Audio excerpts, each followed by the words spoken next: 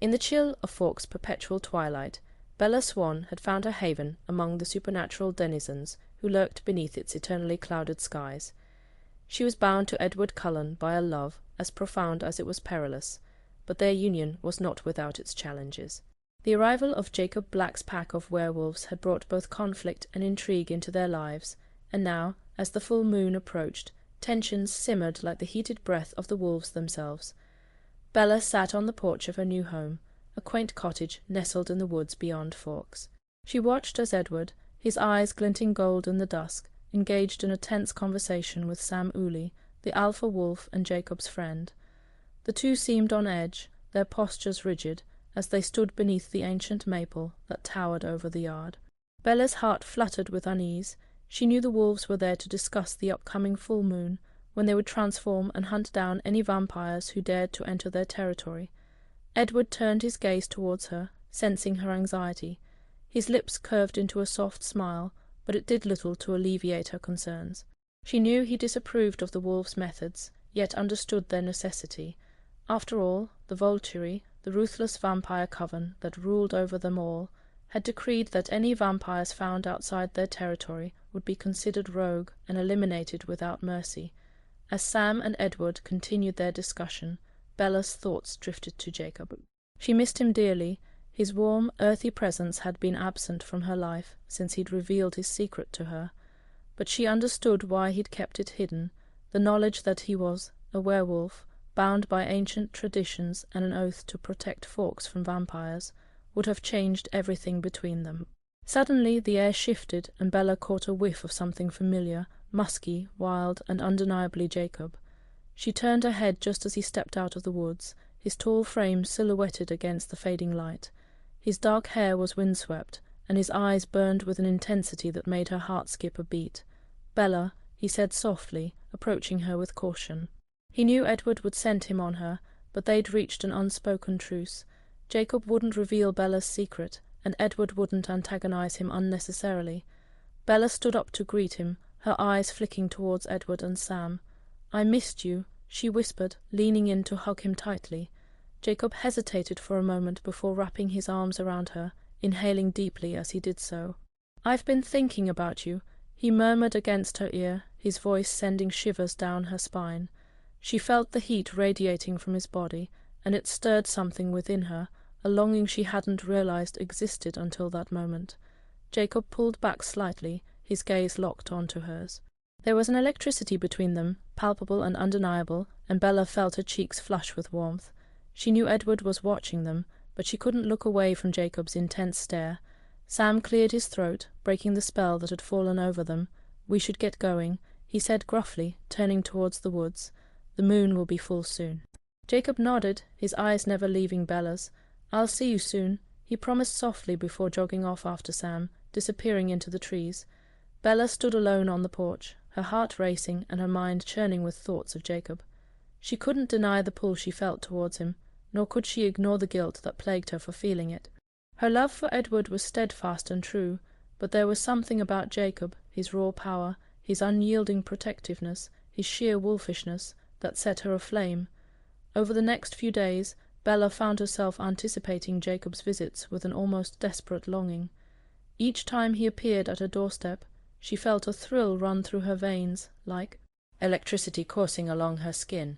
They would talk and laugh, their conversations effortless and natural, and Bella would find herself stealing glances at him when he wasn't looking, admiring the way his muscles flexed beneath his shirt, or how his dark hair fell across his forehead. One evening, as they sat together on the porch steps, Jacob reached out and took Bella's hand in his own. His fingers were warm and calloused from years of working the land with his family, and she couldn't help but compare them to Edward's smooth, immortal ones. There was something comforting about Jacob's touch, something reassuringly human. "Bella," he began softly, his thumb tracing circles on her palm, "I know things have been complicated between us, but I want you to know that no matter what happens, I'll always be here for you." She looked up at him, her eyes reflecting the soft glow of the porch light. "I know, Jacob," she replied, her voice barely above a whisper, "and that means everything to me." He leaned in closer, his breath warm on her cheek. She could feel the heat radiating from his body, and it drew her like a moth to a flame. His lips hovered mere inches away from hers, and Bella found herself swaying towards him, unable to resist the pull between them. But just as their mouths were about to meet, Edward's voice echoed through the darkness, freezing them both in place. "Bella," he called out, his tone laced with concern and something else, a note of warning that made Jacob recoil slightly. Bella sighed internally, berating herself for allowing things to go so far with Jacob. She knew she was playing with fire, but she couldn't seem to help herself around him. It was as if some primal force drew her to him, urging her to throw caution to the wind and give in to her desires. As the full moon approached, tensions within the Cullen household grew palpable. Alice, who had once been able to foresee any danger threatening them, found herself blind to what lay ahead. The wolf's presence had thrown off her visions, leaving them all on edge and uncertain of what was to come. On the night before the full moon, Bella sat huddled in the living room with Edward and Alice, their eyes glued to the clock as it ticked inexorably towards midnight.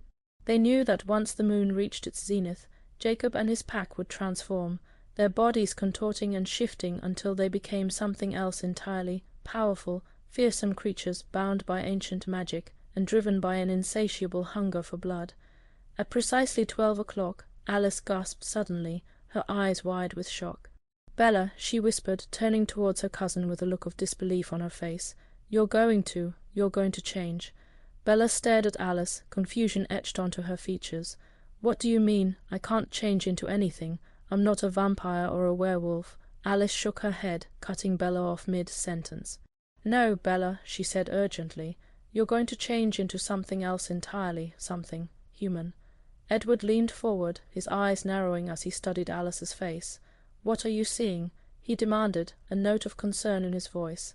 Alice took a deep breath before continuing, her words tumbling out in a rush.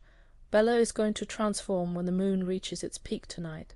She'll become something new, something powerful and ancient, and she'll be drawn towards Jacob like a moth to a flame."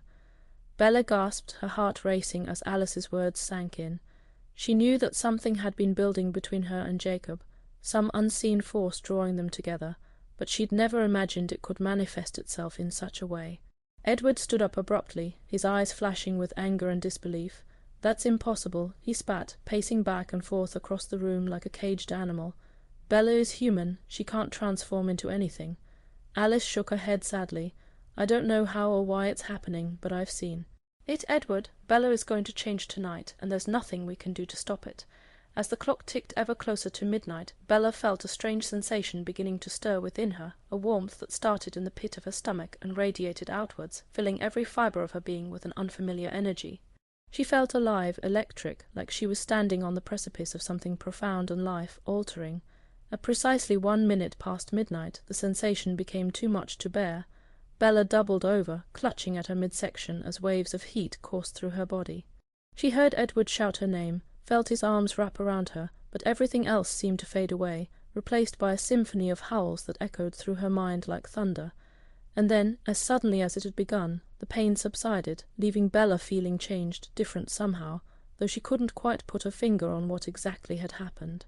She looked up at Edward, her eyes shining with unshed tears and something else, a wildness that seemed to set his own heart aflame.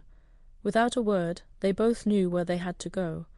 They ran through the darkened woods, their bodies moving in perfect synchronization as they sought out Jacob and his pack. As they approached the clearing where the wolves were gathered, Bella could feel something pulling her towards them, some unseen force drawing her inexorably closer. As she stepped into the clearing, every eye turned towards her, each pair of glowing eyes reflecting her own changed appearance. She felt Jacob's gaze like a physical touch, and it drew her towards him like a magnet. He stood tall and proud amidst his brethren, his body poised on the edge between man and beast. "You've changed," he said softly, his voice barely above a whisper but carrying across the clearing nonetheless. It wasn't a question. They both knew what had happened to Bella, though neither could quite explain how or why it had come to pass. She nodded slowly, her eyes never leaving his. "I don't know what I am now," she admitted, her voice barely audible yet filled with wonder and terror in equal measure. "But I know that something inside me is drawn towards you, Jacob Black." He took a step closer, then another, until he stood mere inches away from her. She could feel the heat of his body radiating against hers, could see the way his muscles tensed beneath his skin as he struggled to maintain control over himself. "You're not like us," he said finally, his voice ragged with effort and desire. "But you're a part of this world now, Bella, a part of me." She reached out tentatively, her fingers brushing against the soft fur covering Jacob's hand. He let out a low growl, half warning, half pleading, as she traced the line of his knuckles with her fingertips. "You can't fight it," he whispered hoarsely, leaning closer still until their breaths mingled in the space between them. "Whatever this thing is that binds us together, you can't deny it any more than I can." Bella swallowed hard, her heart pounding wildly within her chest as she stared up into Jacob's eyes. She knew he was right, could feel the truth of his words resonating deep within her soul. There was no use denying what they both felt, no point in trying to resist the pull between them. "I won't fight it," she vowed softly, her voice barely above a whisper yet filled with unspoken promises and desires. "I can't fight it, not when every fibre of my being aches for you." Jacob closed his eyes briefly, savouring the sound of Bella's words before opening them again to gaze down at her. He reached out slowly, tentatively, as if afraid she might bolt if he moved too fast. But she stood her ground, letting him cup her cheek in his large, gentle palm. "You've changed," he repeated, his thumb brushing against her bottom lip, sending shivers coursing through her body. "But you're still Bella, my Bella." She leaned into his touch, pressing herself closer against him until there was no space left between them. His other hand came up to mirror the first, cradling her face completely within his grasp as he leaned down slowly, giving her ample time to pull away if she so desired. But Bella didn't pull away. Instead, she rose up onto her tiptoes, meeting him halfway as their lips finally came together in a soft, exploratory kiss that sent fireworks exploding behind her eyelids.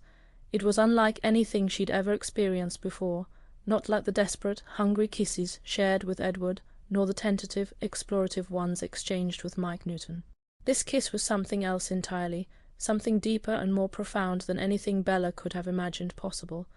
When they finally broke apart, breathless and gasping for air, Bella knew without a doubt that she belonged here with Jacob, amidst his pack, in this new world that had opened up before her like a path illuminated by moonlight. She was changed, yes, but also still herself. Bella Swan, the girl from Forks who'd once dreamed of vampires and werewolves but never believed she could truly become part of their worlds. As Jacob wrapped his arms around her, pulling her close against him as they stared out into the moonlit night together, Bella knew she would remember this moment for all eternity. She had found her place, her destiny, not with Edward nor any other man, but here amidst these wild creatures who'd once been nothing more than mythical monsters to her. Here, in Jacob's arms, Bella felt truly alive for the very first time in her life. And she knew that no matter what challenges lay ahead on their path together, they would face them side by side as one, bound together not just by love, but also by something ancient and powerful, something that had changed them both forevermore. The rest of the night passed in a blur of sensation and emotion for Bella. She walked alongside Jacob and his pack, feeling more connected to them with each passing moment as she revelled in her newfound senses. The scent of the earth beneath their feet, the rustle of leaves overhead, the distant calls of nocturnal creatures echoing through the forest. When dawn began to break over the horizon, casting everything in shades of gold and pink, Jacob led Bella back towards his home. They walked hand in hand, stealing glances at one another every few steps, each smile shared feeling like a gift more precious than any treasure could ever be. As they approached the house, Bella noticed something strange. There were no lights on inside despite the hour. Frowning slightly, she turned to Jacob for explanation. "I sent my family away," he confessed softly, looking down at their entwined fingers rather than meeting her gaze directly. "They wouldn't understand this, us, not like you do." Bella nodded slowly, understanding his meaning perfectly. After all, hadn't she herself struggled initially with accepting the reality of vampires and werewolves? It was only through experience that she'd come to embrace their true nature, seeing beyond the monster myths to find beauty and complexity within them. "They'll be back soon enough," Jacob continued, guiding her up onto the porch. "But for now, we have some time alone together." He reached out tentatively, pushing a stray lock of hair behind Bella's ear before cupping her cheek once more in his palm. She leaned into his touch automatically, feeling a sense of rightness settle over her like a comfortable blanket. "Do you remember?" she whispered, stepping closer until their bodies were pressed flush against each other. Our first kiss. Jacob let out a low chuckle, his eyes crinkling at the corners with amusement. How could I forget? He countered. It was quite the event. Bella laughed softly too, recalling the tense scene from her perspective, the way she'd challenged Jacob to prove himself not just as a werewolf, but also as someone worthy of her attention and affection. Little had she known then how much those words would come to mean, or what changes they would set into motion. "I'm sorry," she said finally, her voice barely above a whisper yet filled with sincerity nonetheless. "For everything I put you through, the doubt, the pain, the fear." Jacob silenced her with a kiss, pulling back only after several long moments had passed. "None of that matters now," he assured her, brushing his thumb across her bottom lip. "All that matters is here, right now, with us." She nodded slowly, feeling tears well up behind her eyes at the sheer beauty and simplicity of his words. Here in this moment there was no past nor future, only the two of them, bound together by something ancient and powerful, something neither could fully comprehend, and yet both felt deeply within their souls. As they continued to explore one another's bodies with soft caresses and gentle kisses, Bella knew she never wanted this feeling to end. Here in Jacob's arms she felt truly alive for the very first time in her life, not like the girl from Forks who'd once dreamed of vampires and werewolves, but rather as someone who belonged amidst these wild creatures who'd once been nothing more than mythical monsters to her. Here, with Jacob, Bella found her destiny. And she knew that no matter what challenges lay ahead on their path together, they would face them side by side as one, bound together not just by love, but also by something ancient and powerful, something that had changed them both forevermore. And so, under the watchful gaze of the rising sun, Bella Swan stepped fully into her new life.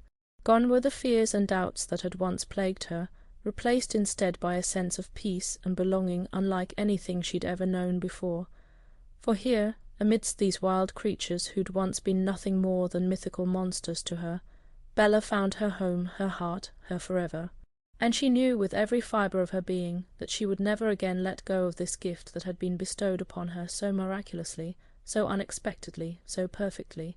For Bella Swan was no longer just a girl from Forks. She was something more, something ancient and powerful, something changed forevermore.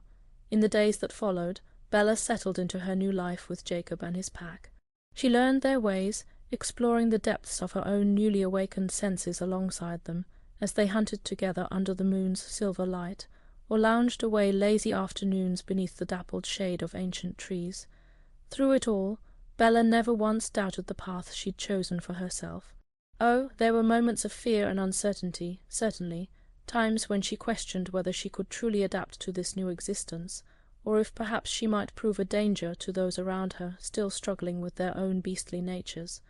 But always, without fail, Jacob was there by her side, guiding her through each challenge and reassuring her with his steadfast love. And so it continued day after day, week after week, Bella learning, growing, changing, until finally she felt as though she'd truly become a part of this world she once might have feared. No longer was she merely the girl from Forks who'd stumbled into something extraordinary. Now she was Bella Swan, mate of Jacob Black and daughter of the moon herself. One evening, as Bella sat beside Jacob on their shared porch steps watching dusk fall across the forest, he turned to her with a soft smile. "There's something I want to show you," he said, taking her hand in his own. "Something special." Intrigued, Bella allowed him to lead her away from the house and deeper into the woods than she'd yet ventured alone. They walked for some time, Jacob's keen eyes guiding them through the darkness, while Bella relied on little more than instinct and trust. Eventually, they came upon a small clearing where several ancient trees stood sentinel around a burbling stream. The air here felt different. Somehow, charged with an energy Bella couldn't quite name, but nevertheless recognized deep within herself. Jacob drew her closer to the water's edge, then knelt down beside it, cupping his hands together and lifting them carefully back up towards her. Within his palms rested something glistening softly in the moonlight, a single droplet of liquid silver. Bella gasped aloud, her eyes widening with wonder as she reached out tentative fingers towards it. "Is this—" she began, barely daring to voice her thoughts lest they prove false. "Yes," Jacob confirmed gently, guiding her hand until she touched lightly against the cool surface of the moonstone. "It's for you." She looked up at him then, tears welling behind her eyes once more. "But how did you—" she started, only for him to shake his head slightly in response. "I can't explain it," he admitted. "Not fully, anyway. All I know is that one night, under the full moon's light, I woke up knowing something was missing, that there was something more out there waiting for me. And then, when we met again, when you chose to give us another chance, I found this stone along our path." He closed his hands around hers now, pressing the moonstone gently into her palm. "It's yours," he insisted softly, "a part of your true self, just as I am a part of mine." Bella nodded slowly, feeling a sense of reverence settle over her like a soft blanket. She understood now what this gift truly meant, not merely a token of their love, but also a symbol of the ancient power that flowed through both their veins. Carefully, she slid the moonstone onto a chain around her neck, letting it rest against her skin, where its cool energy seemed to hum softly in harmony with her own heartbeat. And as Jacob wrapped his arms around her from behind, drawing them both down onto the grassy earth together, Bella knew there could be no greater gift than this, no greater testament to their shared journey, nor promise of all that still lay ahead.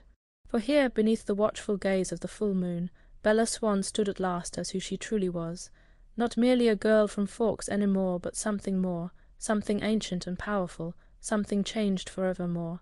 And with Jacob Black by her side, she knew she could face whatever tomorrow might bring together. And so it continued day after day, week after week, Bella and Jacob exploring their newfound powers, testing the limits of their abilities, learning to control and harness the ancient energy that coursed through them both. Through it all, they remained steadfast in their devotion not only to one another, but also to the pack that had welcomed Bella so fully into its fold.